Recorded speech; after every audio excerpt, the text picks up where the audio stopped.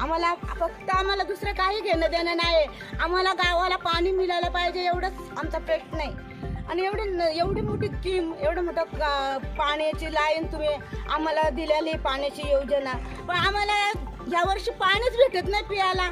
जेव्हा लास्ट एंटीला नाही भेटल तो प्रश्न नाही, पण आता नदीत पाणी असून आम्हाला पाणी भेटत नाही. आमच्या गावापर्यंत पाणी पोचत नाही.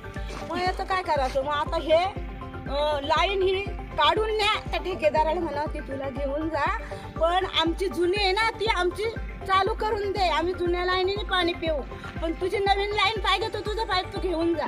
आम्हाला त्याच्याशी घेणं देणं नाही आहे, पण फक्त आम्हाला काय घेणं देणं, फक्त आम्हाला गावात पाणी रोजच्या रोज मिळायला पाहिजे. जेव्हा मागचं होतं असं कायम स्वरूपाचं आम्हाला पाणी आमच्या गावात चालू झालं पाहिजे, एवढंच आमचं म्हणणं आहे. एवढा प्रशासनाने एवढा खर्च केलाय, त्या खर्चाचा काही उपयोग आम्हाला होत नाही.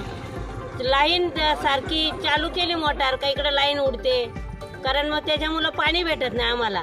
आणि ते नळ जे आहेत ते पाईपलाईन बारीक असल्यामुळं ते फुटते लगत, कारण आणि मग त्याला आम्ही वारंवार फोन करायला लागतात. आम्हाला फोन करून पण ते आले, तात्पुरता दुरुस्त करतात का परत ते आहे तेच. म्हणजे आमची बऱ्याच दिवस, आज 10 दिवस पाणी आहे तर 4 दिवस नाही असं चाललेलं आहे. तर याच्याकडे प्रशासनाने लक्ष द्यावा आणि आमची पाण्याची समस्या सोडवावी, नाहीतर आम्ही याच्यावर